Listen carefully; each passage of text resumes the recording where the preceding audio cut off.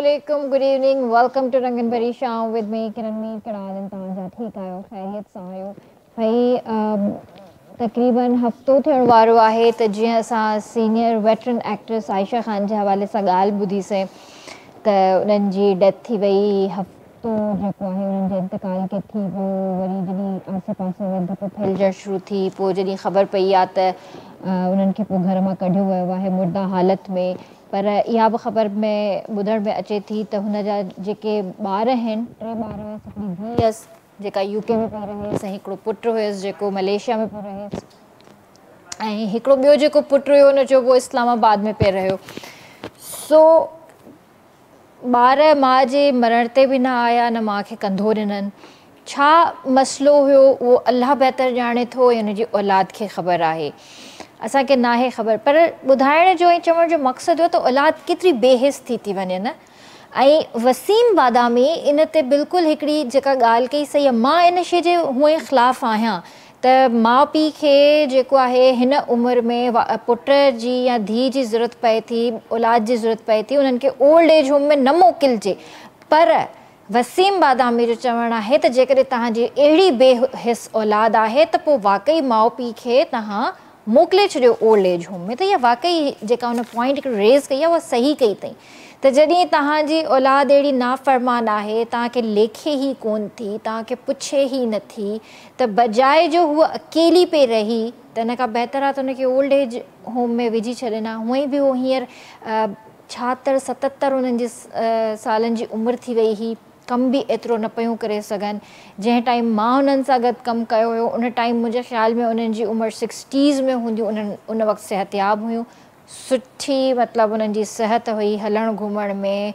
ऐं केतिरा कलाक वेटिंग ते वेठी हूंदी हुई वीचारी त हाणे सीन थींदो मुंहिंजो हाणे सीन थींदो त ज़िंदगी हिकिड़ी मुख़्तसिर आहे नंढी ज़िंदगी आहे चवंदा आहियूं न 4 ॾींहंनि जी ज़िंदगी इहा वाक़ई हाणे 4 ॾींहंनि जी ज़िंदगी थी वई आहे इन ई तरह सां असांजे पंहिंजे सिंधी मीडिया जा 2 वॾा नाला जेकी अॼु सुबुह इंतकाल करे विया आहिनि मूंखे त हिकिड़े ते त यकीन ई नथो अचे ठरी मीरवाह जो रिहाइशी हफ़्तो पहिरियां जेको आहे असांजे शो में अची चुको आहे हफ़्तो न मुंहिंजे ख़्याल में 2-3 हफ़्ता थी विया हूंदा इन ॻाल्हि खे शायदि ईद खां पहिरियां आयो हुजे पर बिल्कुलु ठीकु ठाक ऐं जॾहिं बि हिते ईंदो हुयो सुठा गाना असांखे ॿुधाईंदो हुयो एतिरी घणी कचहरी न कंदो हुयो ॻाल्हाईंदो न हुयो थोरो रिज़र्व रहंदो हुयो शाए नेचर जो हुयो पर मूंखे यकीन न पियो अचे ऐं सुबुह उनखे जेको आहे हार्ट अटैक थियो आहे सोहराब अली शर दिलि जे दौरे सबबु इंतकाल करे वियो ऐं उनखां अलावा हिकिड़ो ॿियो लेजेंड असांजो वेटरन एक्टर जेको हिन दुनिया में न आहे फ़रीद नवाज़ बलोच साहबु उनजो वॾो पुटु वकार बलोच उनजी बि अॼु सुबुह डेथ थी वई आहे जेको यासिर नवाज़ ऐं जेको दानिश नवाज़ जो वॾो भाउ हुयो मतिलबु वाक़ई ज़िंदगी ॾाढी मुख़्तसिर आहे इनखे सुठे तरीक़े सां गुज़ारियो ऐं वाक़ई भरोसो न आहे हयाती जो अॼु आहियूं सुभाणे न आहियूं हर इंसान खे पंहिंजे अलाह ॾे वापसि वञिणो आहे असां उनजी अमानत आहियूं असांखे एज़ इट इज़ उअं ई वञिणो आहे बसि ॻाल्हि इहा आहे त जेतिरो बि तव्हांजो वक़्तु हिते गुज़रे थो जेतिरी बि तव्हांजी हयाती जेतिरो बि दाणो पाणी तव्हांजो हिन धरतीअ ते लिखियलु आहे पंहिंजी ज़िमेदारियूं सुठी तरीक़े सां पूरियूं कयो अलाह खां माफ़ियूं घुरो इस्तग़फ़ार कयो ऐं पंहिंजे रब जी तरफ़ वापसि वञो ऐं पंहिंजे माउ पीउ खे न रंजायो ख़ुदा जो वास्तो अथव मां इन ते शोज़ करे करे करे करे करे मूंखे हाणे पाण खे अजीब फीलिंग थी थिए पई ख़ुदा जो वास्तो अथव माउ पीउ खे न रंजायो माउ पीउ खां सवाइ दुनिया में कुझु बि कोन अथव उन खां अलावा असां कुझु बि न आहियूं असां वटि लफ़्ज़ न आहिनि हींअर जो मां कुझु चवां लफ़्ज़ मुंहिंजो साथ ई नथा ॾियनि पर कोशिशि कयो जेतिरी ख़िदमत करे सघो था पंहिंजे माउ पीउ जी ओतिरी ख़िदमत कयो जन्नत जा दरवाज़ा ईअं न खुलंदा जेसीं ताईं तव्हां पंहिंजी माउ पीउ जी इज़त न कंदा उन्हनि जो एतिराम न कंदा ऐं आख़िरी वक़्त में उन्हनि खे तव्हांजी ज़रूरत आहे तव्हां औलाद जी ज़रूरत आहे हुननि खे अकेलो न छॾियो भली हू हली घुमी नथा सघनि कुछ भी नथा करे सघनि, पर ख़ुदा जो वास्तो अथव उन्हनि खे अहिड़े हाल में अकेलो न छॾियो। ऐं जॾहिं उन्हनि जो उहो वक़्तु वेझो थो अचे न, उन्हनि खे औलाद जी ज़रूरत पवंदी आहे, उनखे कंहिं ॿी शइ जी ज़रूरत कोन पवंदी आहे, सिर्फ़ु ऐं सिर्फ़ु औलाद जी ज़रूरत पवंदी आहे। सो बहरहाल अल्लाह साईं आयशा आपा खे बि जन्नतुल फिरदौस में आला मक़ाम अता करे, सोहराब शेख खे बि ऐं वक़ार साहब खे बि ऐं उन्हनि जे घर भातियुनि खे अल्लाह साईं सब्र अता करे। सो इन खां अलावा अॼु असां वटि जेको आहे ज़बरदस्त टॉपिक आहे जंहिं ते असां अॼु डिस्कस कंदासीं, ऐं उन खां अलावा जेको आहे असां वटि हिकिड़ो सिंगर बि आहे। सो मां तव्हांखे ॿुधाइणु चाहींदसि सैयद अली अब्बास आबिदी साहब असां सां गॾु आहिनि, रिटायर्ड VC आहिनि, expert in law management business and economist आहिनि। उन खां अलावा जेको आहे हुननि जी रिसर्च आहे तमामु घणी क़ाइद आज़म मोहम्मद अली जिन्ना साहब ते। सो इन हवाले सां बि उन्हनि सां डिस्कस कंदासीं, इकोनॉमी ते बि ॻाल्हाईंदासीं, पाकिस्तान जे हालात ते बि ॻाल्हाईंदासीं, ऐं जेका हींअर इज़राइल ऐं ईरान जी वॉर जेका हिकिड़ी हली रही आहे उन ते बि असां उन्हनि सां ज़रूरु ॻाल्हाईंदासीं। उन खां अलावा शाहनवाज़ पप्पू गुल असां सां गॾु आहे जेको सिंगर है। सो ॿिन्हिनि खे भली कार कंदासीं। अस्सलाम वालेकुम सर। वालेकुम सलाम। कैसे हैं आप? ठीक हैं? अल्लाह का शुक्र। आपको मैं वेलकम करती हूँ रंगन भरी शाम में। आपका बहुत बहुत शुक्रिया, आपकी नवाजिश, आपने मुझे बुलाया और मुझे मौका दिया आपके साथ गुफ्तगू करने का, और नाजरीन को सुनने का मौका मिलेगा। कुछ बातें आपने जो कहीं वाकई बड़ी ज़बरदस्त थी, और ये हमारे बच्चों को ये चीज़ें समझनी चाहिए। इसकी हमने चूँकि इस पर भी रिसर्च की हमने, इसकी बहुत सारी वजूहत होती हैं जो ऐसे हालात होते हैं।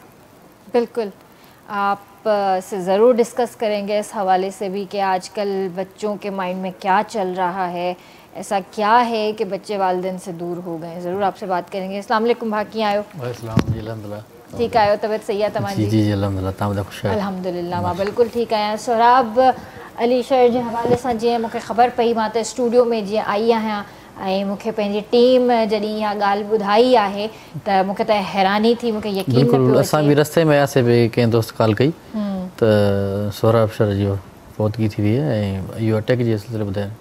असां पाण यकीन न पिया कयूं, छो जो हाणे काफ़ी 2-3 ॾींहं थिया आहिनि असां वटि क्लब ते आयो हुते, ॾाढियूं कचहरियूं, गैदरिंग, ये वो फर्शे कई आहे, सम्झ में न आई पई। ठीकु ठाक चङो भलो ख़बर नाहे, इंसान अल्लाह जे वस आहे, हर शइ हयाती मौत अल्लाह जे वस आहे, ऐं जॾहिं वक़्तु मुक़ररु आहे इंसान हलियो थो वञे। पर हयाती ते को भरोसो कोन्हे, पर जेको बि माण्हू वक़्तु गुज़ारे सुठो गुज़ारे। ऐं तव्हां सां कीअं मतिलबु उन्हनि जी हिकिड़ी दोस्ती? ॾाढी भली। असां तक़रीबन पंहिंजे एनक्रोचमेंट ऑफिसर बि हुयो सुठो, उन ऑफिस में बि दावत कई वियासीं, ॾाढो घुमणु, ॾाढो इंजॉय। वरी पंहिंजा माल जा हुयासीं कुझु बकरियूं ढोर शौक़ीन बि हुयो उन्हनि जो, छो जो ॻोठाणो माहौलो ज़िला ख़ैरपुर ठरीमरा सां तालुकुस, एॾां वरी घणो शौक़ीन, माना रेढुनि ऐं बकरियुनि जो घणो आहे, पोइ उनजो ॾाढो शौक़ु हुयो, तमामु प्यारो लाइक़ु माण्हू हुयो।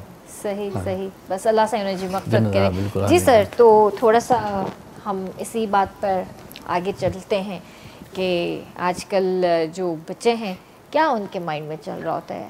आप भी पेरेंट हैं, तो आपको क्या लगता है कि आप क्या सोचते हैं कि बच्चों के दिमाग में आजकल क्या चीज़ें चल रही हैं? देखिए, बच्चों को हमने खुद मटीरियलिस्टिक बना दिया है। हमने उनसे क्या रखा है कि तुमने ये करना है, तुमने मार्क्स लेने हैं, तुमने इंजीनियरिंग करनी है, तुम्हें डॉक्टरी बनना है, तुम्हें इंजीनियर बनना है। हम ये बच्चों को नहीं सिखाते कि तुम्हें अच्छा इंसान बनना है। और एक चीज़ मैं आपको बार बार हमेशा से कहता हूँ हर फोरम पे, ये कहने से नहीं होता। मैं अपने घर में, मेरी वालदा मेरी हयात है माशाल्लाह, मैं उनकी रोज़ाना खिदमत करता हूँ, ये मेरे बच्चे देखते हैं कि मैं कर रहा हूँ। किसी ने इमाम जाफ़र सादिक़ अलैहिस्सलाम से पूछा कि ए फ़र्ज़ंद रसूल, मैं तबलीग़ के लिए जा रहा हूँ, तो तबलीग़ कैसे करूँ? तो उन्होंने कहा ज़बान से नहीं करना, ज़बान से नहीं करना, अमल से करना। हमारे पेरेंट्स, हम देखते हैं घरों में अपने जॉइंट फैमिली सिस्टम टूट चुका है, तो पेरेंट्स के साथ उनके माँ बाप नहीं होते, हमारे बच्चे देख रहे होते हैं कि दादा दादी अलग रहते हैं। तो वही होता है, जब वो ग्रो होते हैं, बड़े होते हैं, तो वो भी यही समझते हैं कि जब मेरे पेरेंट्स ने अपने पेरेंट्स को अपने साथ नहीं रखा तो हम क्यों रखें, ये तो हमारे लिए बर्डन है। बीमार हो जाते हैं, इनको देखना पड़ता है, और वो चीज़ उन्होंने बचपन में देखी नहीं, तो आप कैसे एक्सपेक्ट करते हैं कि एक चीज़ बच्चों ने देखी ही नहीं है, सीखी नहीं है, वो आप उनसे कहें तो मेरे लिए करो, कैसे करेगा? तो इसलिए हमें चाहिए कि अपने पेरेंट्स को अपने साथ रखें, उनकी खिदमत करें, तो हमारे बच्चे ये देखें और सीखें। अब बहुत सारी वजूहत ये हैं कि हम लोग ये कहने लगते हैं, जो इस्लाम का गलत इंटरप्रिटेशन करते हैं, वो कहते हैं कि हमारी जो ख़वातीन होती हैं वो शादी करके आती हैं, अक्सर कहती हैं कि हमारी ज़िम्मेदारी नहीं है आपके माँ बाप। कहाँ लिखा है इस्लाम में? नहीं, बिल्कुल ऐसा नहीं है, और हम लोग बताते भी नहीं उन्हें। आज मैं आपको दो बातें, वाक़यात और एग्जाम्पल्स दे देता हूँ कि देखें, हज़रत मोहम्मद मुस्तफ़ा सल्लल्लाहु अलैहि वसल्लम जो थे वो भतीजे थे हज़रत अबू तालिब के, ठीक है। उनकी बीवी थी हज़रत अबू तालिब की, उनकी बीवी का नाम था फ़ातिमा बिन्त असद। जब हज़रत अबू तालिब अपने भतीजे को, यानी मेरे नबी पाक को सल्लल्लाहु अलैहि वसल्लम को लेके घर आए, तो उनकी बीवी ने ये नहीं कहा कि तुम अपने भतीजे को ले आए हो, ये तो मेरा ससुराली है, तुम क्यों ले आए इसको, मेरे ऊपर बर्डन नहीं है। उन्होंने अपने बच्चों से, यानी अली इब्न अबी तालिब उनके बेटे थे, उनसे ज़्यादा अपने शौहर के भतीजे को इम्पोर्टेंस थी। बहुत मोहब्बत की, इतनी मोहब्बत की जब मेरे नबी पाक ने जब उनकी डेथ हुई तो ख़ुद कब्र में लेटे और कहा यार मेरी माँ थी, और नबी पाक ने अपनी बेटी का नाम वही रखा जो उनकी चची का नाम था, फ़ातिमा। फ़ातिमा, बीबी फ़ातिमा ज़हरा का नाम ज़रूर है, जो हज़रत अली की वाइफ़ हैं, रसूल खुदा सल्लल्लाहु अलैहि वसल्लम की बेटी हैं, लेकिन रसूलुल्लाह सल्लल्लाहु अलैहि वसल्लम की चची का नाम भी फ़ातिमा है। और उन फ़ातिमा ने नबी पाक की इतनी मोहब्बत की, इतनी शफ़क़त की, अपने बच्चों से ज़्यादा मोहब्बत की। ये कभी नहीं कहा कि ये मेरा ससुराली है, मेरे शौहर का भतीजा है, ये ज़िम्मेदारी से पाला। फिर देखिए आप बीबी खतीजा, कौन नहीं जानता, जनाब मोहम्मद मुस्तफ़ा सल्लल्लाहु अलैहि वसल्लम की पहली ज़ौजा। उन्होंने जब नबी पाक सल्लल्लाहु अलैहि वसल्लम हज़रत अली को अपने घर ले आए और पाला हज़रत अली को, तो मेरी बीबी खतीजा ने कभी ये नहीं कहा कि मोहम्मद मुस्तफ़ा या अपने शौहर से नहीं कहा कि तुम अपने कज़न को क्यों लेके आ गए मेरे घर में, मैं इसको की खिदमत नहीं करूँगी। नहीं, उन्होंने अपने बेटों से ज़्यादा से मोहब्बत की। यानी बीबी फ़ातिमा ज़हरा उनकी अपनी सगी बेटी थी, लेकिन वह जनाब अली से बहुत मोहब्बत करती थी। तो मैंने आपको दो एग्ज़ाम्पल दे दी, दोनों ने अपने शौहर के रिलेटिव्स को इतना अच्छा ग्रो अप किया, इतना अच्छा किया कि एक मोहम्मद मुस्तफ़ा सल्लल्लाहु अलैहि वसल्लम की ज़ात बनी और दूसरा अली इब्न अबी तालिब की ज़ात बनी। और दोनों की पालने वाले उनकी अपनी माएँ नहीं थी, बल्कि एक की चची थी और दूसरे जो थे वो कज़न थे रसूल खुदा के सल्लल्लाहु अलैहि वसल्लम के, और उनकी वो एक तरह से भाभी थी। तो उन्होंने की खिदमत। तो हमें बच्चों को ये समझाना चाहिए कि अपनी बेटियों को स्पेशली कि ये ना करें कि घर अलग कर दो और क्या नाम है, हम बस हमारी शादी हो गई, हमें घर अलग चाहिए। तो मुझे आपको अच्छा लग रहा है, आपको इंडिपेंडेंट लाइफ लग रही है कि मैं शौहर के साथ खुश हूँ, लेकिन आगे चल के देखें जब आप माँ बनेंगी, आपकी बहू यही डिमांड करेगी कि मुझे घर अलग करो, तो फिर आप रोएंगे। बच्चों को वो चीज़ें नहीं एक्सपेक्ट करें बच्चों से।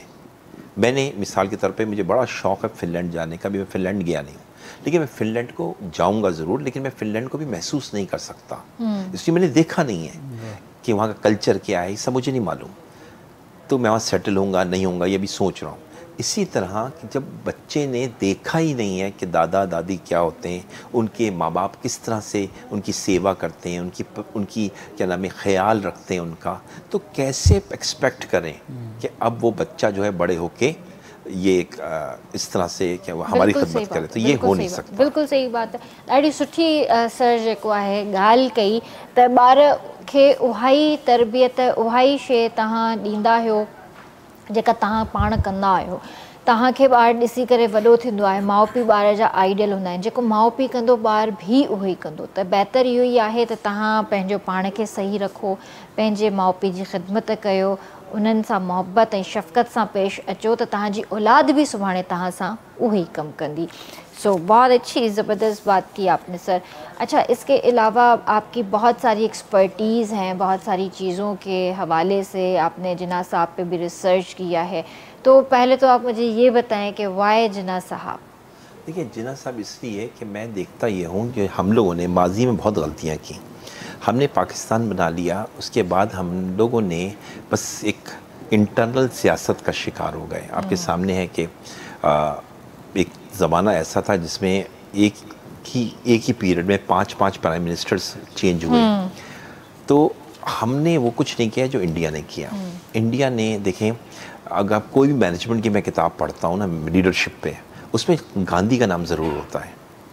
लाजमी होता है जो भी उठाने किताब किसी भी मुल्क की, कायद-ए-आज़म का नाम नहीं होता। उसकी वजह ये नहीं है, हम जब हमने खुद रिसर्च की, क्योंकि मैं यूनिवर्सिटी से मेरा ताल्लुक़ है, तो हमने बात की रिसर्चर से, उन्होंने कहा कभी कायद-ए-आज़म मोहम्मद अली जिन्ना को आप लोगों ने पेश ही नहीं किया, मतलब एज ए लीडर आप लोग चूँकि नहीं किया हमने, तो ज़ाहिर बात हमने इनको इनकॉर्पोरेट नहीं किया। फिर कायद-ए-आज़म को ना इनकॉर्पोरेट करने की और भी बहुत सारी वजूहत थी जो हम डिस्कस करेंगे। कायद-ए-आज़म ने बहुत सारे मुल्कों की आज़ादी के लिए काम किया, ज़ाहिर है वो मुल्क खुश तो नहीं है कायद-ए-आज़म से। तो मैंने सोचा ये एक ऐसा टॉपिक है और इसमें वाहिद टॉपिक है जिसमें चाहे कोई भी सूबा हो, कोई भी ज़बान हो, कोई भी मसलक हो, कोई भी फ़िक़ा हो, इस शख्सियत पे सब मुत्तफ़िक़ हैं। वैसे तो ये बात आपकी बिल्कुल ठीक है। हम कभी भी कहीं भी जाते हैं, कोई भी बात करते हैं, हम अपने लीडर के हवाले से बात नहीं करते। जो हमारा पहला लीडर है, जो हमारा फाउंडर है, जिसने इतनी जद्दोजहद की, इतनी मेहनत से इस मुल्क को आज़ाद मुल्क बनाया, आज़ादी दिलवाई, तो हम उसको भूल जाते हैं। हम उसके हवाले से बात ही नहीं करते, ना मिसालें देते हैं, ना बच्चों को गाइड करते हैं, ना बच्चों को बताते हैं। एक और मिसाल दूँ मैं आपको, मेरे एक दोस्त थे स्विट्ज़रलैंड के कौंसल जनरल एमिल, बहुत मशहूर रहे यहाँ पे, बहुत ही जो ये ओलंपिक भी लेके आए। इनसे बात हो रही थी मेरी, तो उन्होंने मुझसे कहा कि मैं यूनिवर्सिटीज़ गया हूँ, स्कूल गया हूँ पाकिस्तान में, और यहाँ मुझे अजीब बात लगी। उन्होंने बताया मुझे, तो कहने लगे मैंने कायद-ए-आज़म मोहम्मद अली जिन्ना की डेट ऑफ बर्थ पूछी और आपके स्कूल, यूनिवर्सिटी, इवन CSS के बच्चों ने गलत बताई। अब मैंने वो चीज़ जो हम अपने बच्चों को स्कूल में 10 साल पढ़ाते हैं, 2 साल कॉलेज में पढ़ाते हैं, 4 साल यूनिवर्सिटी में पढ़ाते हैं, वो बच्चों को नहीं पता। कोई कहता है 23 मार्च, उसने ख़ुद कहा, कोई कहता है 11 नवंबर, कोई कह रहा होता है 4 अप्रैल, कोई कह रहा होता है 10 मार्च। उसने कहा आप अब्बास साहब जो जिन्ना पे रिसर्च कर रहे हैं, पहले जिन्ना की डेट ऑफ बर्थ अपने स्कूल, यूनिवर्सिटी, कॉलेज के बच्चों को सिखाएं। यहाँ एक इनिशिएटिव था मैंने लिया कि वाकई जिन्ना साहब पे काम होना चाहिए। फिर हमने ये किया, अपनी यूनिवर्सिटी में क्वेश्चन हम ज़रूर पूछते हैं जब हमारा एंट्रेंस टेस्ट होता है। तो आपको अजीब सी बात कहूँगा, अगर हमारे पास हमें 100-150 स्टूडेंट लेने होते हैं आउट ऑफ पूरे पाकिस्तान, तो हमारे पास 5000 एप्लीकेशंस आती हैं, हमारे पास सीटें 150 हैं। तो हमने 5000 अगर एग्ज़ाम लिए हैं ना, उसमें से हार्डली 7 या 8 ने जिन्ना की डेट ऑफ बर्थ सही बताई है। This is true. और अब ये कोई भी आए आपका गेस्ट, उनसे ये बात पूछिएगा ज़रूर कि आपका एक्सपीरियंस क्या है। तो ये बड़ी शॉकिंग देखिए न्यूज़ है कि हम ये क्या कर रहे हैं। हमारे बच्चे जो है वो, उनको अपने फाउंडर का पता ही नहीं है। मैंने अक्सर ऐसा होता है कि मैं CSS पढ़ाने में या मास्टर्स लेवल पढ़ाने में, हमारे स्टूडेंट ज़्यादातर होते हैं जजेस होते हैं, रेंजर्स होते हैं, पुलिस होती है, वकला होते हैं, चार्टर्ड अकाउंटेंट्स होते हैं और वकील होते हैं, उनको हम पढ़ाते हैं। CSS के ब्यूरोक्रेट्स जो बनने वाले होते हैं बच्चे, उनको पढ़ा रहे होते हैं। तो जो न्यू जनरेशन के बच्चे हैं, उनको हम तस्वीरें दिखाते हैं अक्सर, तो वो तस्वीरों से अपने लीडर्स को, मैंने लास्ट टाइम सरदार अब्दुल्ला नश्तर की तस्वीर दिखाई, उन्होंने कहा ये कौन है। तो अब हमारा हाल ये फातिमा जिन्ना को नहीं पहचानते। तो अब ये क्या, अब देखें क्या आपकी एजुकेशन सिस्टम फेल हुआ है और क्यों हुआ है, इसको देखें। इस पर भी हमने रिसर्च कर ली और नज़र ये आ रहा है कि हम जो हैं अपने बच्चों को सिर्फ ये सिखाना चाहते हैं कि कंपटीशन की रेस जीतो। सही बात है, बस तुम्हें नंबर लाने हैं, A ग्रेड लाना है, A ग्रेड से कम तो आना नहीं लाना है। तो अब उसमें ये बच्चा सिर्फ A ग्रेडर में लगा हुआ है, उसे नॉलेज कुछ नहीं है। एक हम प्रोग्राम देख रहे थे, उसका आमिर खान का एक इंडियन प्रोग्राम था, उसमें मैंने बड़े अच्छी बात कही कि वो कहते हैं मार्क्स के साथ साथ केमिस्ट्री में, बायो में, फ़िज़िक्स में, पाकिस्तानी स्टडीज़ में एक फ़ील्ड का इजाफा कर दें कि बच्चे ने स्कूल में बिहेव कैसे किया, इस पर भी मार्क्स हों। तो फिर बच्चा क्या होगा कि अच्छा जो है वो शहरी बनेगा। हमने उसको एक ऐसा शहरी बना दिया, पढ़ो लिखो, और पढ़ने लिखने के बाद कहा है कि बस अपॉर्चुनिटी जो है वो बाहर है, पाकिस्तान में नहीं है, तो पाकिस्तान को ओन नहीं करता। सही बात है। और पाकिस्तान से बाहर चला जाता है। बिल्कुल सही बात। ये वजह है कि हमारे मुल्क में कोई अच्छा पढ़ा लिखा बच्चा रुकता नहीं है। और दूसरी, तरबियत का एलिमेंट तो हमारे यहाँ बिल्कुल नहीं है। तरबियत नहीं है, हमने फोकस किया हुआ है। जो टीचर्स हम हायर कर रहे हैं, अब वो देखें, वो लोग हैं। हमने एक रिसर्च की बहुत साल पहले, तो हमने 5 टीचर्स किस्म के टीचर हमारे सामने आए।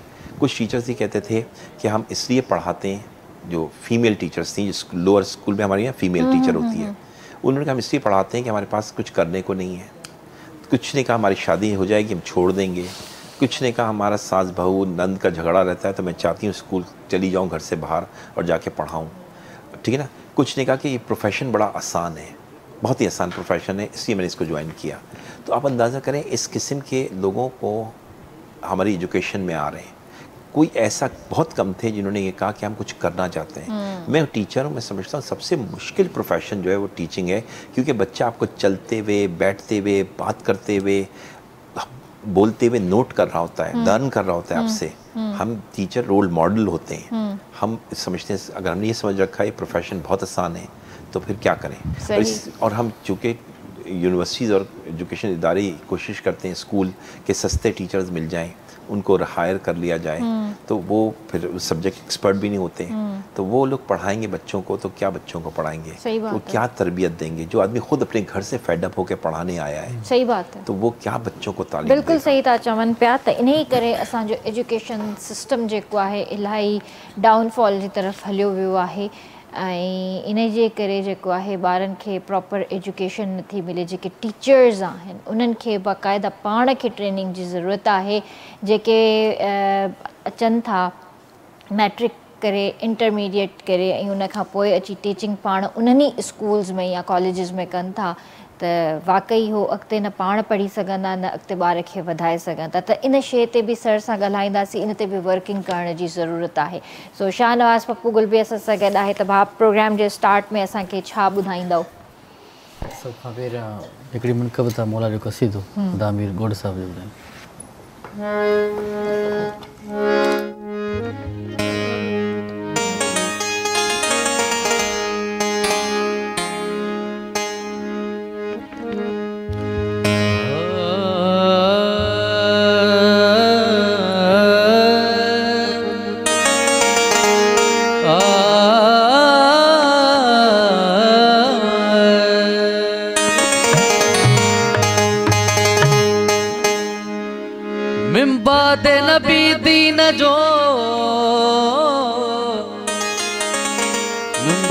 नबी दीन जो सुल्तान अली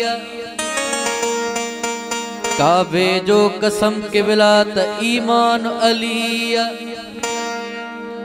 अल्लाह जे घर पाक जो अल्लाह जे घर पाक जो मेहमान अली इहो कुरानो शाहिद इहो कुरान अलिया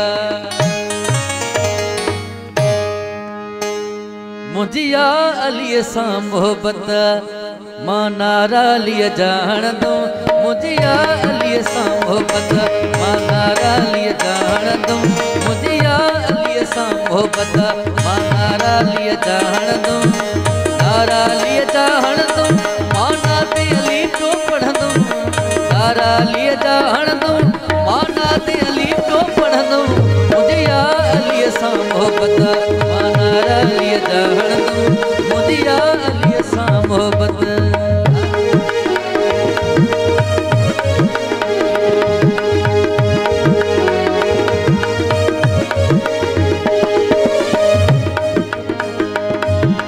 जेको अलीअ जो मुनकर हूंदो मूर न ते सां ठहंदुम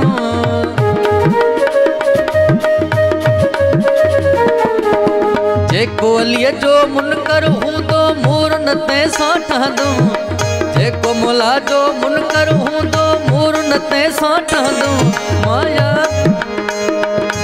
मुझिया अलीअ सां मोहब्बत नारा लिया जान दूं नारा लिया जान दूं माना ते अली पियो पढ़ दूं नारा लिया जान दूं माना ते अली पियो पढ़ दूं मुझिया अलीअ सां मोहब्बत मां नारा लिया जान दूं मुझिया अलीअ सां मोहब्बत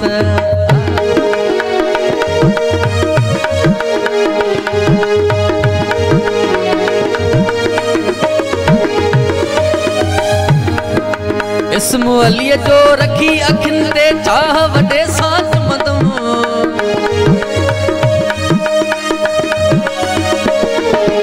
इस्मु अलीअ जो रखी अखियुनि ते चाह वॾे सां चुमंदुम इस्मु अलीअ जो रखी अखियुनि ते चाह वॾे सां चुमंदुम मुझी आलीअ सां मोहबत मां नारालीअ जा हणंदुमि मुंहिंजी आलीअ सां मोहबत मां नारालीअ जा हणंदुमि नारालीअ जा हणंदुमि मां नाते अली पियो पढ़ंदुमि नारालीअ जा हणंदुमि मां नाते अली पियो पढ़ंदुमि मुंहिंजी आलीअ सां मोहबत मां नारालीअ जा हणंदुमि मुंहिंजी आलीअ सां मोहबत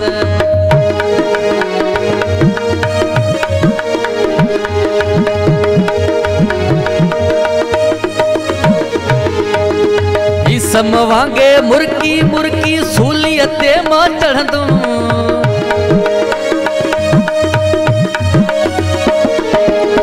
सम वांगे मुर्की मुर्की सूलीअ ते मां चढ़ंदुमि सम वांगे मुर्की मुर्की सूलीअ ते मां चढ़ंदुमि मुंहिंजी आलीअ सां मोहबत मां नारालीअ जा हणंदुमि मुंहिंजी आलीअ सां मोहबत मां नारालीअ जा हणंदुमि नारालीअ जा हणंदुमि मां नाते अली पियो पढ़ंदुमि नारालीअ जा हणंदुमि मां नाते अली पियो पढ़ंदुमि मुंहिंजी आलीअ सां मोहबत मां नारालीअ जा हणंदुमि मुंहिंजी आलीअ सां मोहबत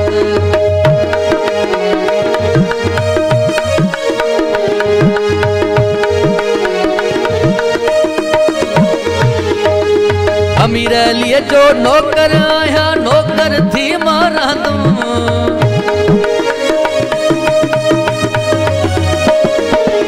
अमीर अलीअ जो नौकर आहियां नौकर थी मां रहंदुमि अमीर अलीअ जो नौकर आहियां नौकर थी मां रहंदुमि मुंहिंजी आलीअ सां मोहबत मां नारालीअ जा हणंदुमि मुंहिंजी आलीअ सां मोहबत मां नारालीअ जा हणंदुमि मां नारालीअ जा हणंदुमि मां नाते अली पियो चवंदुमि मां नारालीअ जा हणंदुमि मां नाते अली पियो चवंदुमि मुंहिंजी आलीअ सां मोहबत मां नारालीअ जा हणंदुमि मुंहिंजी आलीअ सां मोहबत सुभान अल्लाह सुभान अल्लाह ॾाढो प्यारो कलाम माशाअल्लाह सां कंहिंजो लिखियलु आहे हे तमामु मशहूरु शाइर आहे अमीर अली गोरड़ जो सनम सुणो जैसा की अच्छा अच्छा अच्छा अच्छा माशाअल्लाह ॾाढो बहितरीनु हाणे नओं कलाम लिखी ॾिनो अथनि हा सही त बसि माशाअल्लाह सां ॾाढो प्यारो मनक़बत आहे सर जैसे हम अच्छा ब्रेक का भी वक्त हो गया है ब्रेक के बाद आपसे बात करते हैं फैमिली सिस्टम पे बात कीजिए जी जी बिल्कुल बिल्कुल करते हैं तो वक्त है ब्रेक जो जल्दी हाजिर था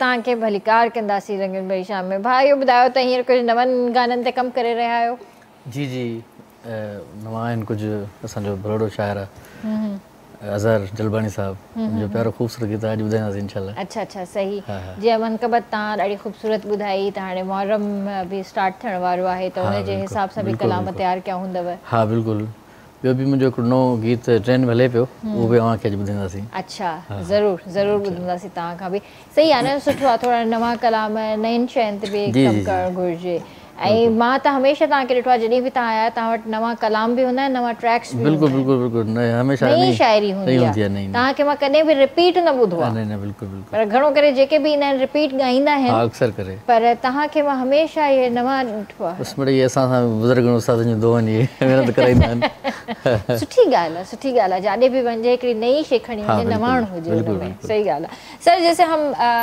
बच्चों के हवाले से बात कर रहे थे तो थोड़ा सा फैमिली इश्यूज़ पे भी बात करें फैमिली के हिसाब से बात करें कि बच्चों के ऊपर जो एक प्रेशर होता है फैमिली प्रेशर होता है और फिर बच्चे बहुत सारी चीज़ें देख रहे भी होते हैं घर के अंदर तो उस हवाले से भी हमें थोड़ा सा बताएं। देखिए मैंने इसको रिज्यूम करूँगा वहाँ से जब मैं अपनी मिसाल देता हूँ, बाहर से पाकिस्तान आया तो पहली दफ़ा यहाँ आना हुआ, तो मैं रहता था जॉइंट फैमिली सिस्टम में, कज़न्स के साथ, फूफी भी थी, चचा भी थे, मामू भी थे, इस तरह से दादा थे, दादी थी। तो मैंने देखा कि हमें जो खाली वक्त था ना, and brain is a double workshop, ये जो हज़रत अली का कौल भी है, हम पढ़ते भी हैं कि खाली दिमाग जो होता है ना, शैतानी कारखाना होता है।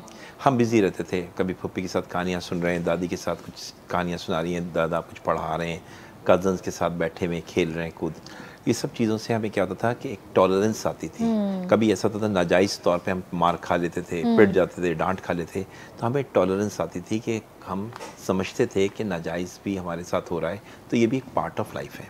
आजकल बच्चा सिर्फ माँ बाप के साथ रहता है, बाप ड्यूटी पे होता है, इकॉनमी ख़राब है, डे एंड नाइट जॉब कर रहा है, माँ भी जॉब कर रही है, बच्चा तन्हा है, और उसके पास अब दोस्त उसका सिर्फ क्या रह गया, मोबाइल। हाँ। अब वो मोबाइल पे कार्टून देख रहा है, इस किस्म के एग्रेशन क्रिएट कर रहा है, ठीक है ना, और उसको कोई गाइड करने वाला नहीं है। यही वजह मैं आपको बताऊं कि मैं साइकोलॉजिस्ट भी हूँ, तो मैं साइकोलॉजिस्ट का जो काम कर रहा था, तो उस ज़माने में मैंने देखा कि मैं परेशान था कि आपके तमाम स्टूडेंट्स, बच्चे, स्कूल के और कॉलेज के बच्चे जो हैं वो नशों में मुब्तला हो चुके हैं। और उनसे जब पूछा तो वो कहते हैं कि हम तन्हाई है, तन्हाई है हमारे पास, अकेलापन है, कोई बात करने वाला नहीं है, कोई दोस्त नहीं है, कोई कज़न नहीं है। तो ये एक बहुत बड़ा ख़तरनाक सिस्टम हुआ कि हमने जॉइंट फैमिली को ख़त्म किया। जैसे वेस्ट में भी देखिए, वेस्ट बहुत अच्छा नहीं था, वो अपने आप को रिफॉर्म कर रहे हैं, बदल रहे हैं, उन्हें इस चीज़ का एहसास हो गया, हमें नहीं हो रहा अभी तक। तो हमारा बच्चा तन्हा है। फिर माँ बाप की हम देखते हैं, चूँकि बुज़ुर्ग नहीं है घर में, तो माँ बाप आपस में छोटी छोटी बातों पर लड़ रहे होते हैं। बच्चा इसको देखकर खौफज़दा होता है, शौहर बीवी को पे हाथ उठा रहा है, तो ये एक बहुत बड़ी गलत बात है कि औरत पे हाथ उठाने के मर्द का। बाहर वो बच्चे देख रहे होते हैं, सीख रहे होते हैं, लड़ रहे हैं, वो बुरी तरह बच्चे देख रहे हैं, डर रहे हैं।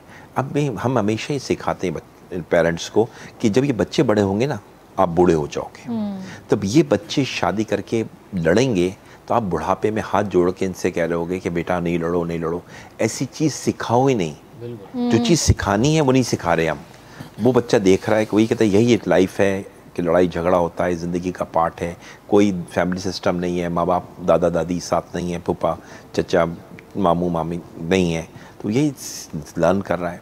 बच्चों को फैमिली सिस्टम में लेकर आएँ, ये बहुत ज़रूरी है। आप थोड़ी ख़वातीन से कहूँगा कि थोड़ा पेशेंस रखें, लड़के के घर वालों से भी कहूँगा कि उस लड़की को इज़्ज़त दें, प्यार मोहब्बत करें। एक चाहते हैं अगर हमारा फ्यूचर अच्छा रहे, अगर आप चाहते हैं हमारा बच्चा ड्रग्स में जाए, आप चाहते हैं आप लोग आइंदा ओल्ड हाउस में रहें, तो ठीक है, आप इस चीज़ को पसंद कर लें। और एक चीज़ समझाएं, मज़हब से भी समझाएगा। मज़हब को हम लोग जो है ना इस्लामिक टच बहुत समझते हैं। इस्लाम कहता है, और हदीस है हमारे नबी पाक सल्लल्लाहु अलैहि वसल्लम की, कि अगर माँ बाप को ना एक दफ़ा देखना, एक मशगूल मोहब्बत से, एक मशगूल हज का सवाब है। मिसाल के तौर पे आप 1 मिनट में 5 दफ़ा अपने माँ बाप को देखते हैं, तो 5 मकबूल हज हो गए। अब ये देखें, अब जो औरत मर्द से कहती है कि तुम अपने माँ बाप को छोड़ दो, तो वो हज करने से मर्द को महरूम कर रही है, और हज ना से महरूम करने का गुनाह कितना बड़ा है। तो मैं औरतों से कहता हूँ कि पेरेंट्स से उनको दूर मत करो कि वो हज से महरूम हो जाएगा, हज से रोकना बहुत बड़ा गुनाह है। इससे ज़्यादा शौहरों से कहता हूँ कि अपनी बीवियों को अब उनके माँ बाप के घर भेजो, ताकि वो वहाँ जाके हज करें, आपको आपकी बीवी हज कराए और आप उनको अपनी बीवियों को हज कराएं। हम इतना दूर जाके हज करने के लिए तैयार हैं, पैसा खर्च करके हज करने के लिए तैयार हैं। जो इस्लाम ने आपको इतना आसान हज दे दिया, वो भी मकबूल हज का सवाब दिया, हम उसको भूले बैठे। हमने मज़हब को समझा नहीं है सही तरीक़े से, हमने मज़हब को समझा है अपने तरीक़े से। तो अगर हम ये चीज़ें समझाएं तो यकीन माने फैमिली सिस्टम की खूबसूरती होगी, बच्चा सीखेगा। मैंने अपनी एजुकेशन में कई डिग्रियां ली, तो वो मैंने कैसे ली मैं नहीं समझता हूँ। मेरी साइंस एंड मैथमेटिक्स इतनी अच्छी थी कि मेरे चचा इंजीनियर थे, पुपियाँ मेरी डॉक्टर थीं, लॉ में मेरे चचा लॉयर थे, तो वो भी एक चीज़ थी। इंग्लिश का बहुत शौक़ था, मेरे दादा इंग्लिश के प्रोफेसर थे, तो इस तरह से हमने बहुत चीज़ें सीखी। पॉलिटिक्स का शौक़ हुआ, मेरी दादी को बहुत शौक़ था अखबार पढ़ने का। तो ये जब चीज़ें हम एक साथ रहते हैं ना फैमिली में, तो हम वो सीखते हैं। हमें कभी भी एहसास नहीं हुआ कज़न्स के साथ, अपनी फैमिली के साथ, कि कैद तन्हाई, यानी तन्हाई क्या चीज़ है।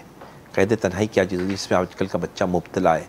हम इतना बिजी रहते थे कि पता नहीं लगता था कि सुबह कब हुई, शाम कब हुई, और साथ बैठ के चाय पी रहे हैं, खाना खा रहे हैं। और ये नहीं थे बहुत अमीर थे, बहुत पैसा था, नहीं, हम छोटी छोटी रिसोर्सेज में भी खुश थे, इतने खुश थे। जो आज हमारा बच्चा खुश नहीं है, उसको एप्पल का मोबाइल चाहिए, उसको लैपटॉप चाहिए, उसमें बैठा हुआ है, आपको नहीं पता वो किन सी साइट्स पे जा रहा है, वो ट्रैक हो रहा है। हमारे देख रहे हैं आपको, बच्चे अगवा हो रहे हैं, वो दोस्ती कर लेते हैं लोग बच्चों से, फिर उनको बुला लेते हैं कि इधर आ जाओ, फिर वो उठा लेते हैं उनको, और बच्चों को बिगाड़ा जा रहा है। हमें कुछ नहीं पता होता हमारा बच्चा क्या कर रहा है। क्यों? कि हमारी माँ भी जॉब कर रही है, बाप भी जॉब कर रहा है, हमने फैमिली सिस्टम में रहते नहीं है। 3-4 भाई अगर साथ रहेंगे तो आपके खर्चे भी कंट्रोल होंगे। अकेले अकेले रहेंगे, खुद सोचें, फिर खर्चे भी बढ़ जाते हैं, तो किस तरह से होगा? तो ये सर, ये इकोनॉमी के हवाले से भी थोड़ा सा हमें बताएं कि आजकल ये सारे जो मसले मसाइल हैं, घरों के, फैमिलीज़ इशू हैं, बच्चों के, तो उसके अंदर इकनॉमी कितना मैटर करती है? इकनॉमी इस लिहाज से मैटर कर रही है। देखें, एक तो हम लोग ये इस चक्कर में पड़ गए हैं कि कंपटीशन के दौर में कि हमारे पास ये हो, ये हो। हम ये नहीं देखते हमारे पास क्या है, हम ये देखते हैं क्या चीज़ हमारे पास नहीं है, एक चीज़। दूसरी, नो डाउट कि महंगाई बहुत ज़्यादा बढ़ गई है। हम जो चीज़ अपने ज़माने में 1 रुपए की ख़रीदते थे, आज वो चीज़ 50-60 रुपए की मिल रही है। कोई ज़्यादा अरसा नहीं है, मैं 20-25 साल पहले की बात कर रहा हूँ, जब पाकिस्तान आया था मैं। उस ज़माने में सिचुएशन कुछ और थी, अब देखता हूँ बिल्कुल ऑल टुगेदर डिफरेंट है। तो महंगाई एक रोल प्ले कर रही है, और उसकी वजह से औरतें भी अब जॉब कर रही हैं। मैंने कहा माएँ भी जॉब कर रही हैं, बाप भी जॉब कर रहा है। तो इससे तो यह है कि बच्चों को तरबियत वाला एलिमेंट नहीं मिल पा रहा है, और फिर फैमिली सिस्टम भी अलग है। फिर हमने अलग घर भी करने हैं। अगर एक बेटा है तो वो अपने माँ बाप के घर को भी पाल रहा है, अपने घर को भी अलग पाल रहा है, 2 बिजली के बिल, 2 खाने की ग्रॉसरी, हर चीज़ डबल पड़ रही है। तो डेफिनेटली खर्चे बहुत बढ़ेंगे, और यही चीज़ को आप जॉइंट फैमिली में रखें, एक दूसरे से इसके साथ टॉलरेंस सीखें, तो आपको ये सब नहीं पड़ेगा। और फिर बहुत सारी जगहों पे टीचिंग के लिए हम अपने बच्चों को ट्यूटर रख रहे होते हैं, तो आपकी फैमिली में ही हम कज़न्स थे, आपस में पढ़ लिया करते थे, हमारी फुप्पी या चची या खाला, बहन से भी पढ़ लेते थे, बहन से भी पढ़ा लेती थी। अब वो चीज़ें अलग अलग हो गई हैं, बच्चे अलग अलग हो गए हैं, और वो मोहब्बतें नहीं हैं। और फिर हम जो रिकॉर्ड चीज़ होती है, मूवीज़ जिस किस्म की बना करती थी, वो हम देखते थे। अब वो मूवीज़ भी डिफरेंट हैं। हम अब देखते हैं कि ताकत, माइट इज़ राइट वाली चीज़ें नज़र आती हैं, कि जो ताकतवर है अब उसमें बुराई और अच्छाई नहीं दिखाते, कहते हैं पैसा ही सब कुछ है, सर्वाइवल ऑफ द फिटेस्ट का ज़माना आ गया है। तो वो जो ताकतवर है, जो जीना जानता है, वो जिएगा। तो अब इस ट्रेंड पे हम आ गए हैं। हम अपनी, जाहिर बात है, जब हम अपनी हिस्ट्री याद नहीं रखेंगे तो हमारा जोग्राफिया ख़त्म हो जाएगा। सही बात है, वही हो रहा है हमारे साथ। सही बात है। इसी तरह से ये जो इज़राइल और ईरान की जो वॉर चल रही है, इसके हवाले से आपका क्या एक रद्द-ए-अमल है? आप क्या देखते हैं इसको? पहले फ़लस्तीन था, अब ईरान है। देखिए, इसमें अगर मैं देखूँ तो कि जब सबसे पहले हमें ये समझना है कि, और ये समझना हमें चाहिए कि जब इज़राइल जिसको आप कहते हैं, ये 1919 पहली वर्ल्ड वार हुई थी 1914 में, और 1918 में ख़त्म हो गई थी पहली वर्ल्ड वार। हम तो उस वक्त पैदा भी नहीं हुए थे, हमारे माँ बाप भी पैदा नहीं हुए थे। तो वर्ल्ड वार 1 को ख़त्म हुई जब, तो उसके बाद बेल्फर डिक्लेरेशन पास हुई, और 1919 में ये डिसाइड किया गया कि यहूदियों को, जूस को दुनिया भर से उठा के फ़लस्तीन में आके आबाद करेंगे। तो उस वक्त एक इंसान था जिसने ये आवाज़ उठाई कि ये नहीं होना चाहिए, वो था मोहम्मद अली जिन्ना, जो हमें नहीं पता, हमारी किताबों में नहीं पढ़ाया जाता। जिन्ना साहब ने बेल्फर डिक्लेरेशन की मुखालफत की, और 31 साल तक इज़राइल को बनने नहीं दिया। 1948 में इज़राइल बनना था 1919 में। 31 ईयर्स का जो गैप है, वो है कायद-ए-आज़म मोहम्मद अली जिन्ना की वजह से। उन्होंने इस बात पे हमेशा कहा कि बेल्फर डिक्लेरेशन को हम नहीं मानते। बेल्फर डिक्लेरेशन ये थी कि यहाँ पे इज़राइल को आबाद किया जाए। गूगल करें, इसमें मिल जाएगा आपको, 1919 की बात है। तो कायद-ए-आज़म ने जब बीमार हो गए, पाकिस्तान बन गया 1948 में, तो उस वक्त इज़राइल आज़ाद हो गया, उनको मौका मिल गया, बन गया। तो कायद-ए-आज़म ने उस पर कहा था हम इज़राइल को कभी एक्सेप्ट नहीं करेंगे। अब जो पहला PM जो था, वज़ीर आज़म जो इज़राइल का बना, उसका नाम था डेविड बेन-गुरियन। उसकी स्पीच हमने पढ़ी, तो उसने कहा, वो स्पीच बहुत दिनों बाद रिलीज़ हुई 1965 में, लेकिन ये स्पीच थी 1948 की। उसने कहा था कि हमारा पहला निशाना जो होगा इज़राइल बनने के बाद, जो हमने बना लिया, हमारा पाकिस्तान है। पाकिस्तान हमारे लिए ज़्यादा ख़तरनाक है, अरब से ज़्यादा ख़तरनाक पाकिस्तान है। तो इसराइल के अभी जो पीएम है नेतन्याहू साहब, इन्होंने भी आज से 14 साल पहले यही कहा कि हमारा ईरान के बाद दूसरा टारगेट होगा पाकिस्तान। तो हमें समझना चाहिए कि हम भी निशाने पे हैं और ईरान इस वक्त है। अटैक इसराइल ने किया ईरान के ऊपर, वो ये कि ईरान जो है वो एटम बम बना रहा है, ये कर रहा है, वो कर रहा है। ईरान ने अटैक नहीं किया। और अभी जो ईरान ने अटैक किया है अरब ममालिक पे, और अरब ममालिक नाराज़ हो रहे हैं, उसने अरब ममालिक पे अटैक नहीं किया, अरब ममालिक में जो अमेरिकन बेसिस हैं उन पर अटैक किया है। क्योंकि अमेरिका ने के जहाज़ आए, B-2 बम्बर्स आए थे, उन्होंने आके ईरान के सारे एटमी ठिकानों को तबाह किया। तो ये स्टार्ट अमेरिका ने किया, उसका इन्होंने जवाब दिया है। अब मुझे डर है इस बात का, यकीनन है कि अब इससे मिडिल ईस्ट में एक जंग छिड़ सकती है बेवजह, कि अरब और ईरान लड़ जाएं। अब अरब और ईरान लड़ते हैं, अमेरिका बीच में आता है, तो डेफिनेटली चाइना और रशिया ईरान की सपोर्ट में आएंगे। और ये आपका सही है कहना है, वर्ल्ड वॉर 3 की तरफ हम जा रहे हैं, जो कि बहुत ख़तरनाक मामला। सर इस वक्त तो देखें बहुत सारी कंट्रीज़ हैं, हर किसी के पास जो है एटमी ताकत है, और इस वक्त खुदा न ख्वास्ता अल्लाह करे ये सारे मामलात अल्लाह के हुक्म से बेहतर हो जाएं, सब अपनी अपनी जगह पे बैठ जाएं खामोशी से। लेकिन अगर ये चीज़ें सेटल ना हुई और सबके पास एटमी ताकत है और वर्ल्ड वॉर 3 स्टार्ट हो गई, तो हम कहाँ जाएंगे, क्या करेंगे?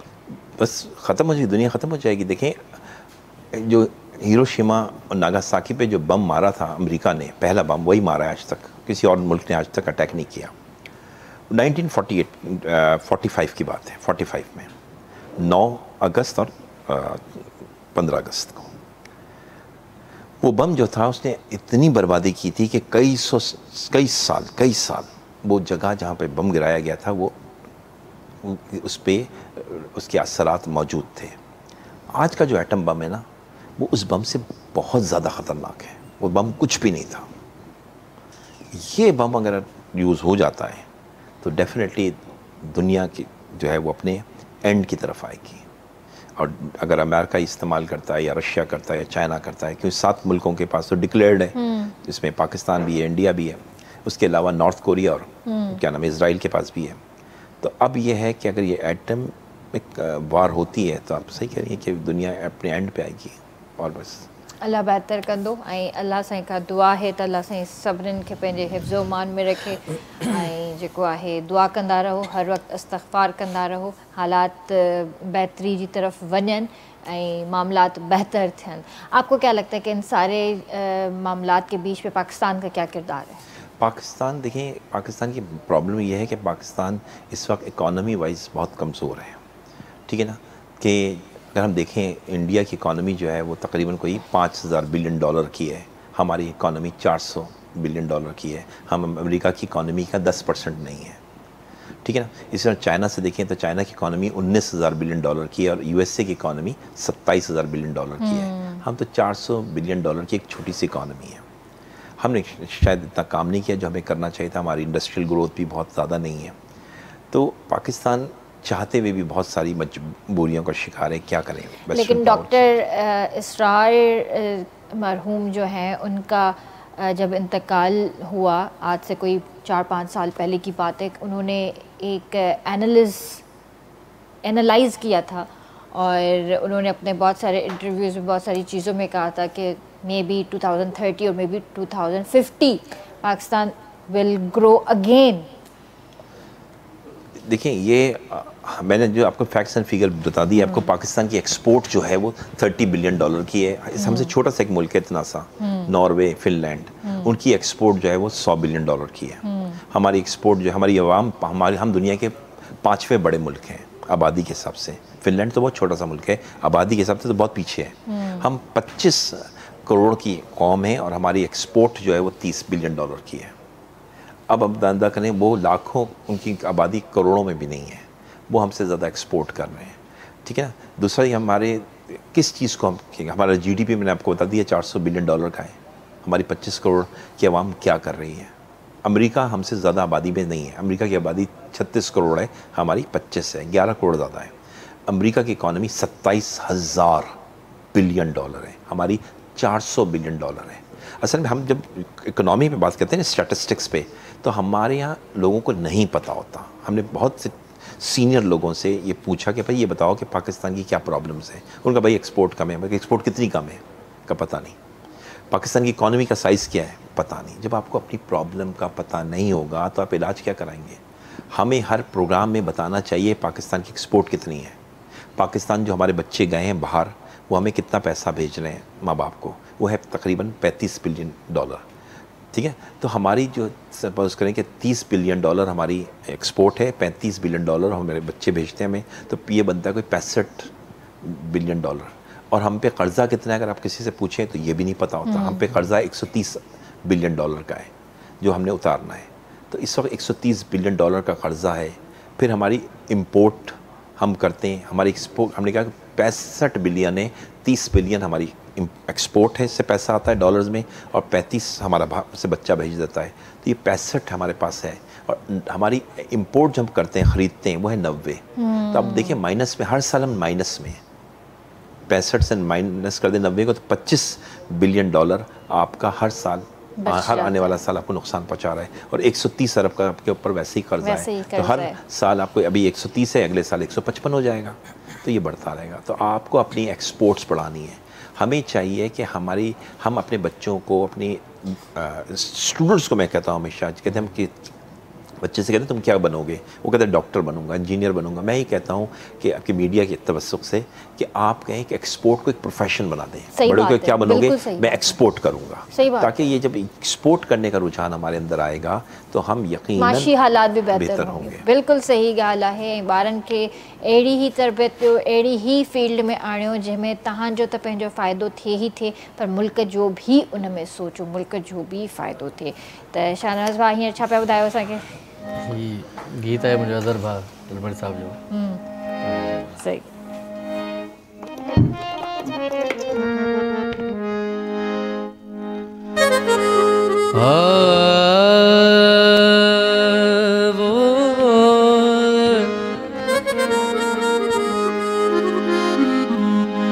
गोले गोले यार कयो,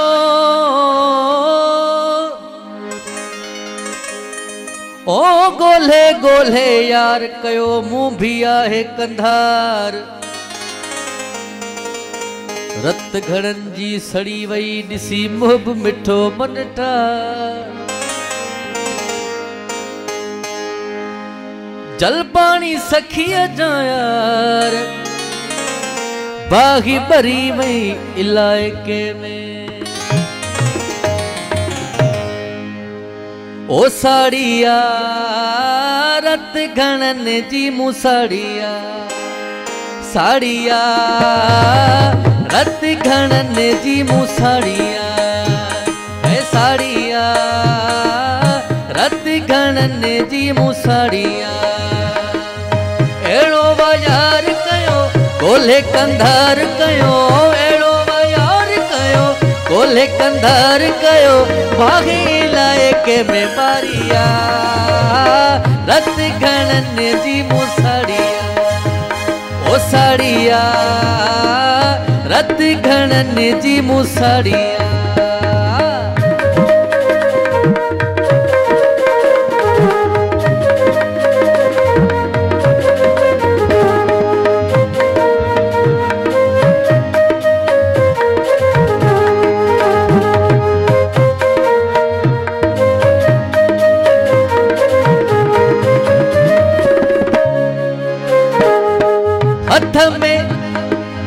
हथन में हथ ॾेई थो हले, हर माण्हू ॾिसी थो जले।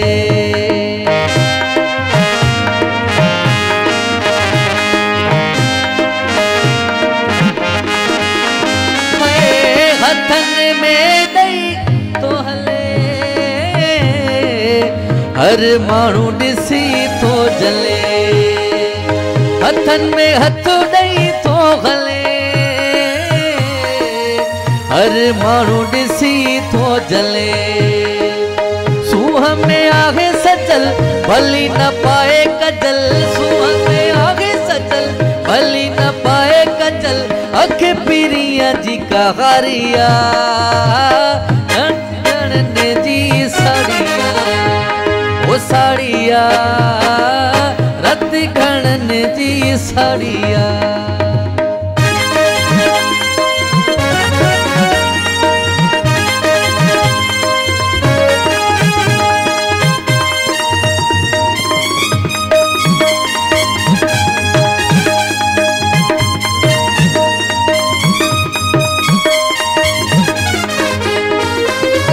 जैसा कयो मुँह प्यारो सोणन जो सरदार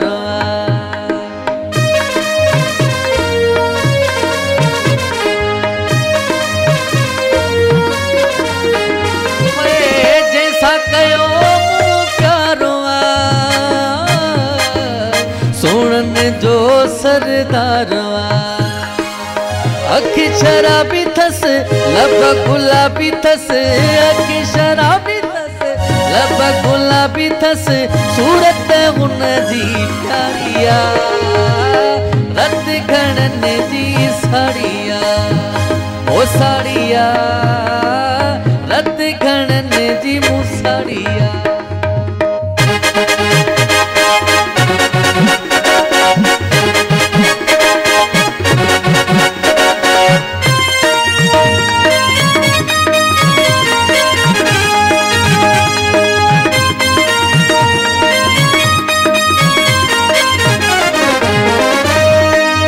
जरा मुखे एतबारो हू भी कंदो मूंसां प्यारो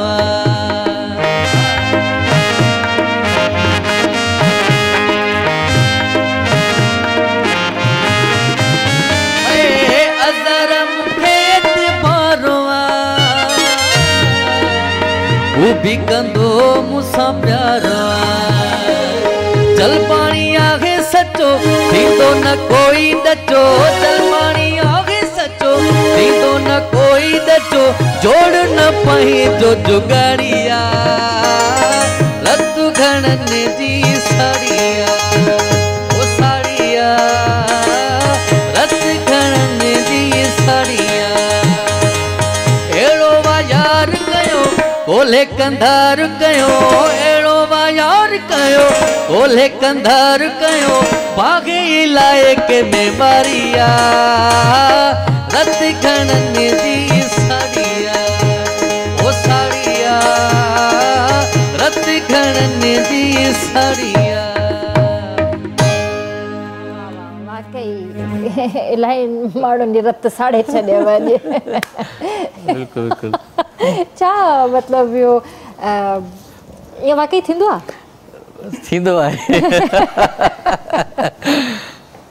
वाकई थींदो आहे अॼुकल्ह दौर में साड़ोला माण्हू घणा थी विया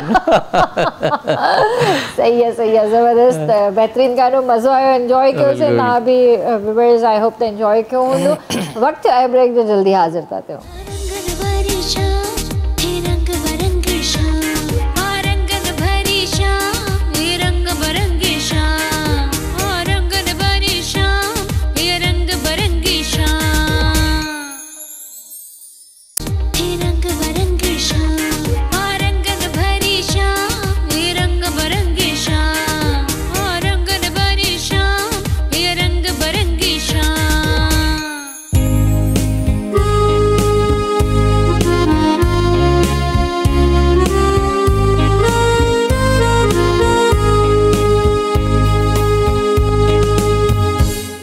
के भली कार कंदासी रंगन भरी शाम में सर अभी जैसे हमने स्टार्ट में बात की थी कि जिन्ना साहब के हवाले से कि हम अपनी डिबेट्स में अपनी बातों में अपने मिसालों में उनके हवाले से कोई बात नहीं करते ना एजुकेशन सिस्टम के अंदर हमें बताया जाता है पढ़ाया जाता है ना हम ऐसी कोई भी मतलब ऐसी चीज़ नहीं कर ना किसी एक्टिविटी में बीइंग अ लीडर वो कैसे थे और एज अ लॉयर वो कैसे थे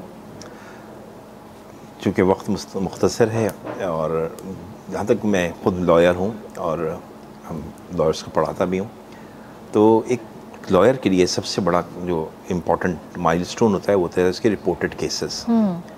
आजकल भी बहुत अच्छे बड़े लॉयर्स होते हैं, उनके रिपोर्टेड केसेस होते हैं 50-60। तो कायद-ए-आज़म के रिपोर्टेड केसेस कितने हैं, हमें तजस्सुस होता है ना, मालूम करें कितने, तो वह 169। अच्छा।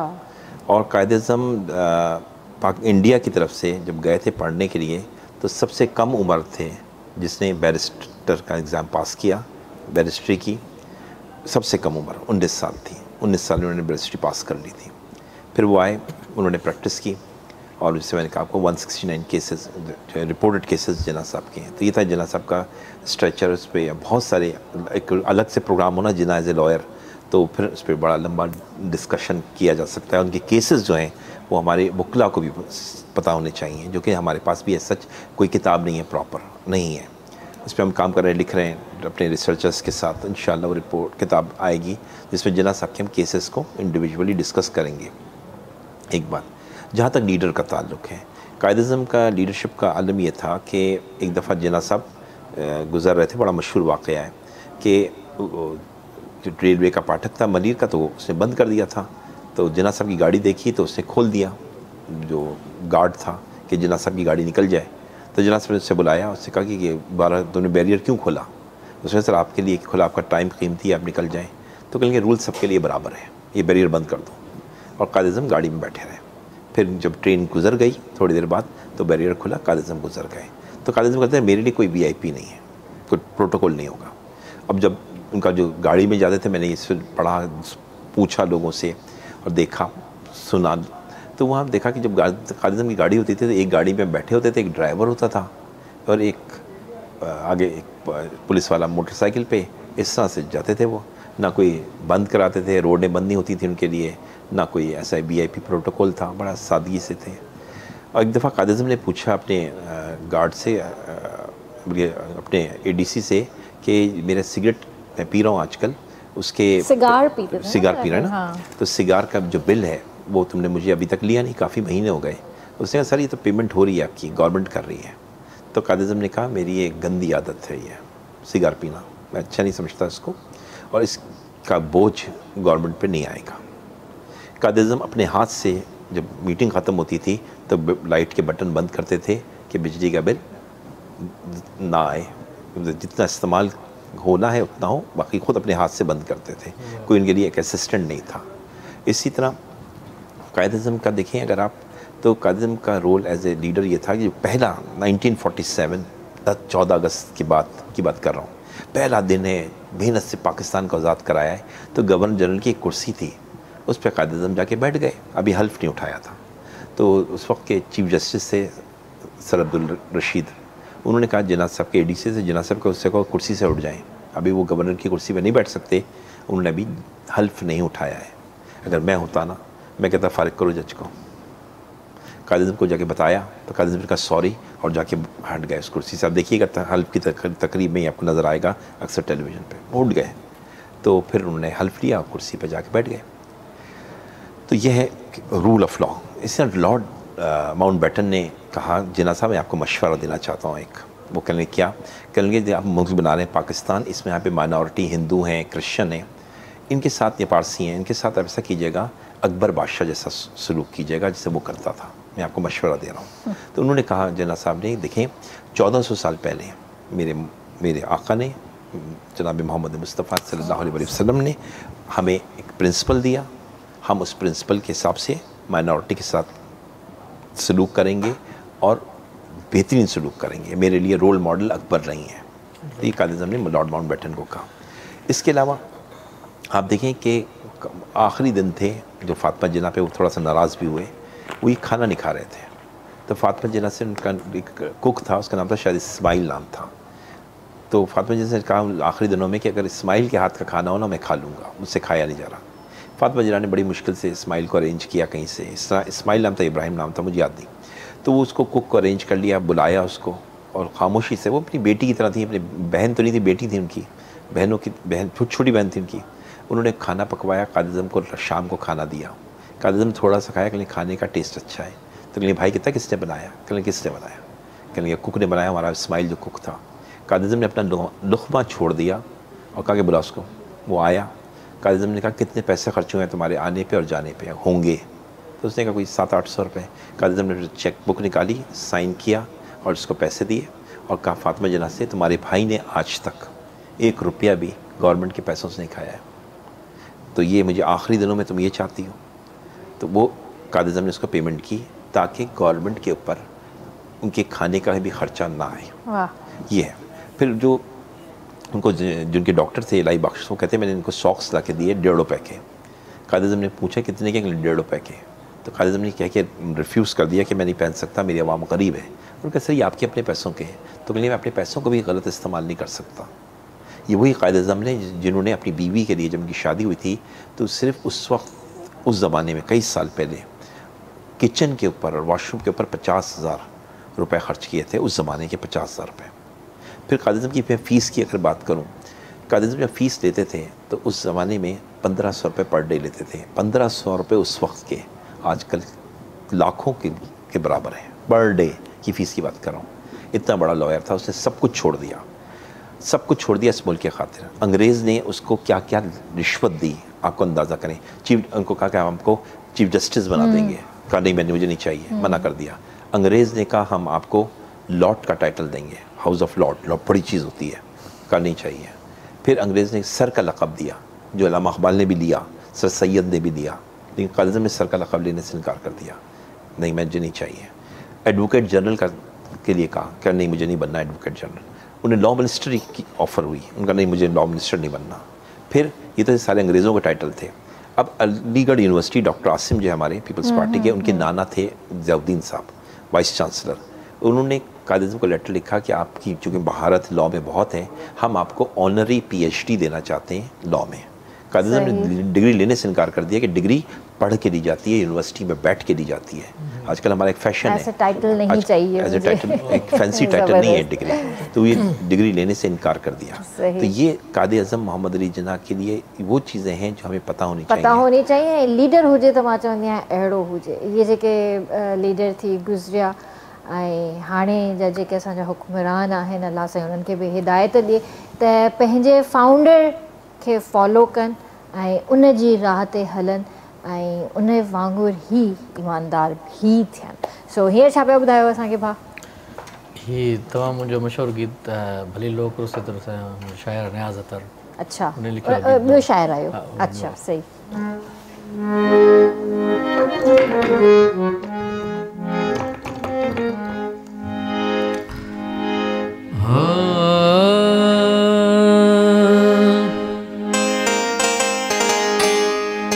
तूं ॾिसण में थोरी सांवरिया, वसबन में सुठी छोकिरिया, थोरीड़ो आखिर सिकी कलर, हाँ वफादारा मुश्की कलर, हाँ वफादारा मुश्की कलर। तूं ॾिसण में थोरी सांवरिया, वसबन में सुठी छोकिरिया, थोरीड़ो आखिर सिकी कलर, हाँ वफादारा मुश्की कलर, हाँ वफादारा मुश्की कलर।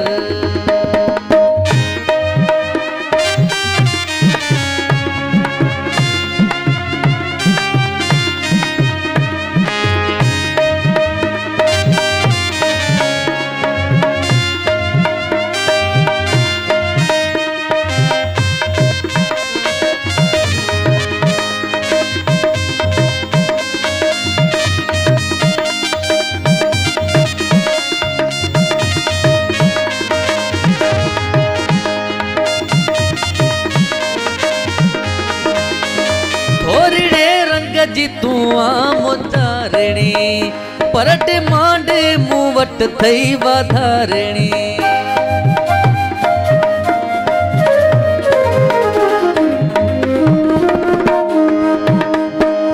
हाँ ओ थोरीड़े रंग जी तूं मुतारणी, परट मांडे मूं वट थई वाधारणी। कापरिया तूं जण पोपरिया, वसबन में सुठी छोकिरिया, थोरीड़ो आखिर हाँ वफादारा मुश्की कलर, हाँ वफादारा मुश्की कलर।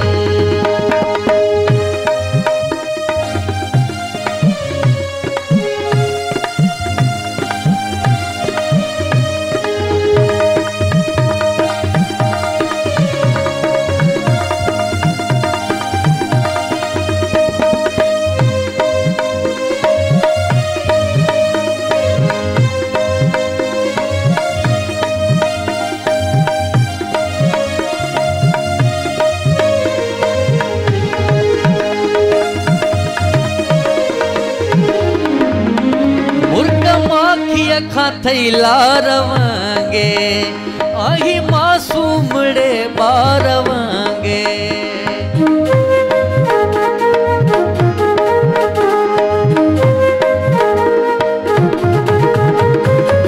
माखी अखा थई लारवांगे आही मासूमड़े बारवांगे।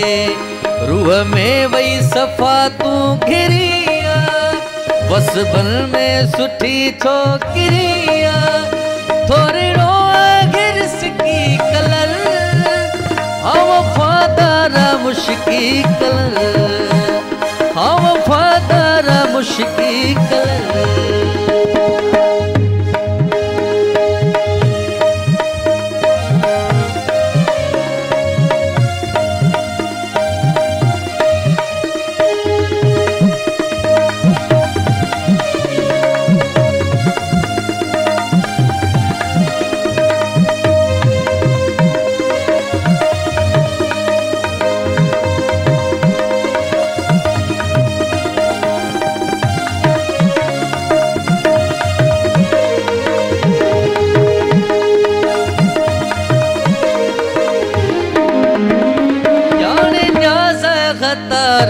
खुदा सावेरा माण्हू थई बावफा।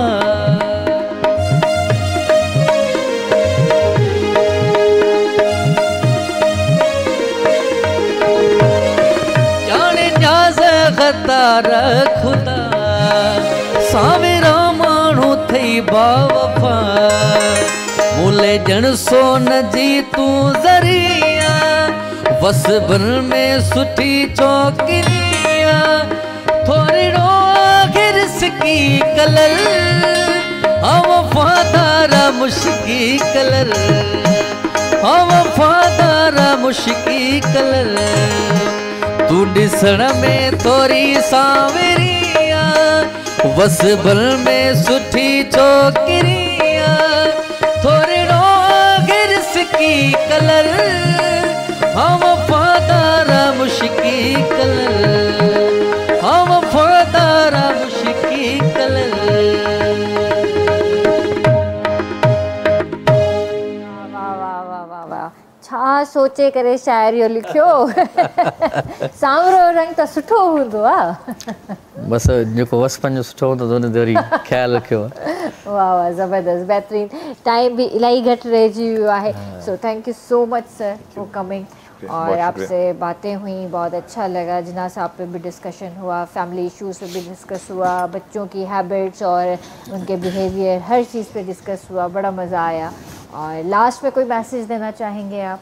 बस मैं यही मैसेज देना चाहूँगा कि फैमिली हमें अपने बच्चों का ख्याल करें, थोड़ा उनकी तवज्जो दें, वो उनका अकेलापन उनका दूर करें।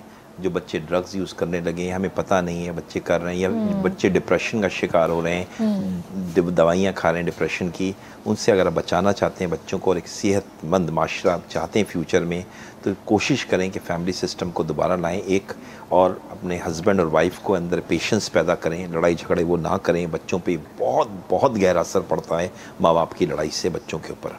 इसी तरह दादा दादी और फैमिली से या कज़न से एक एटमॉस्फेयर घर का अच्छा होता है, लर्निंग होती है, टॉलरेंस आता है। आज बच्चे के पास टॉलरेंस नहीं, इसीलिए नहीं है, वो आ जाएगा, एक बात। और दूसरा ये कि मैं कहूँगा कि दुआ करें कि हमारे अल्लाह मियाँ इस धरती को बचाए, जो होने जा रहा है, लग रहा है कि वर्ल्ड वार 3 की तरफ, जो कि तबाही के अलावा कुछ नहीं है। और हमें जिना साहब के को प्रमोट करना चाहिए, जिन्ना साहब की लीडरशिप को प्रमोट करना चाहिए, जिन्ना साहब के बारे में बताना चाहिए। मैं आखिरी बात ज़रूर कहूँगा कि जिन्ना साहब ने पाकिस्तान के अलावा और मुल्क भी आज़ाद कराएँ, जिसमें मलाया है, इंडोनेशिया है, लिबिया है, सूडान है, नाइजीरिया है, अल्जीरिया है, तुनीसिया है। इन सब पर हमने कभी बात ही नहीं की और हमारे लोगों को भी नहीं पता है, तो हमें ये पता लगना चाहिए। इसके अलावा हमने ईरान के लिए जिन्ना साहब ने वाहिद सोल स्पोक्स पर्सन था, जिस जब ईरान 1940s में कैप्चर हो गया था वर्ल्ड वार 2 में, एक तरफ से रशिया एक तरफ से यूके, जिन्ना साहब ने आवाज़ उठाई थी ईरान के लिए।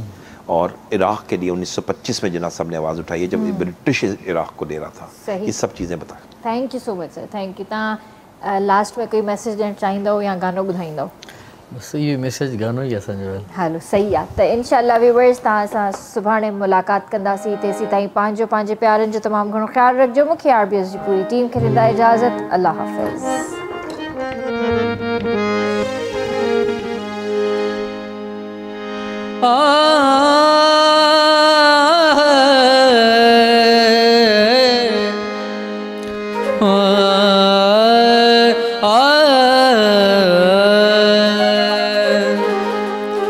शेरिया वाला मेरा साईं गले लावी सानू छोड़ न जावी।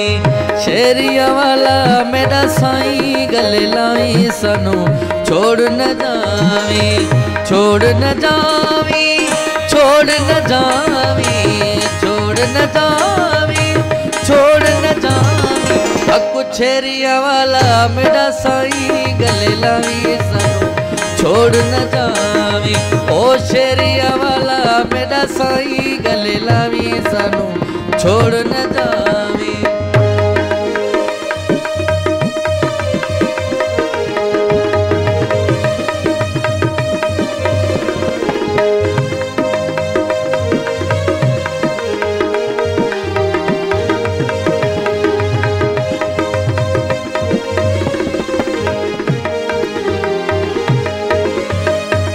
रोज अजल कानूनी हना जो लगेड़ा, जान जिस्म विच पै गया झगड़ा।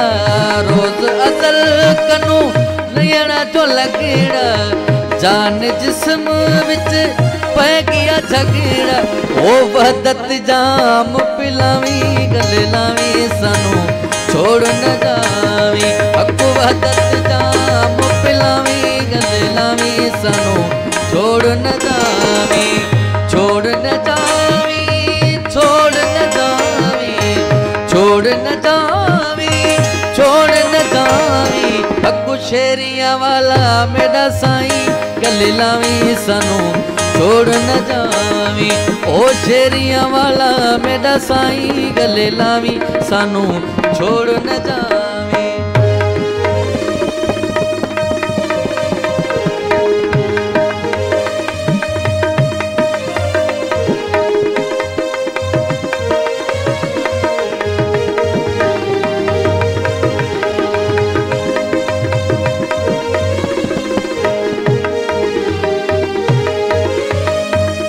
अव्वल आखिर बातिन ज़ाहिर, अव्वल आखिर बातिन ज़ाहिर।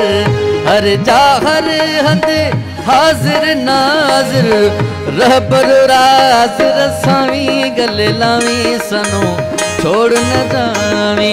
ओ शेरिया वाला मेरा साईं गले लावी सानू छोड़ न जावी।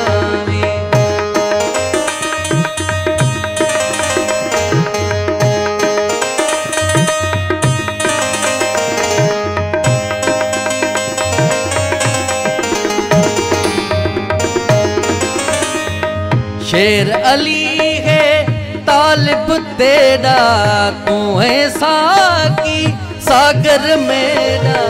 शेर अली है तालिब तेरा, तू है साकी सागर मेरा। ओ महदी मौज मचावी गले लावी सानू छोड़ न जावी। हक महदी मौज मचावी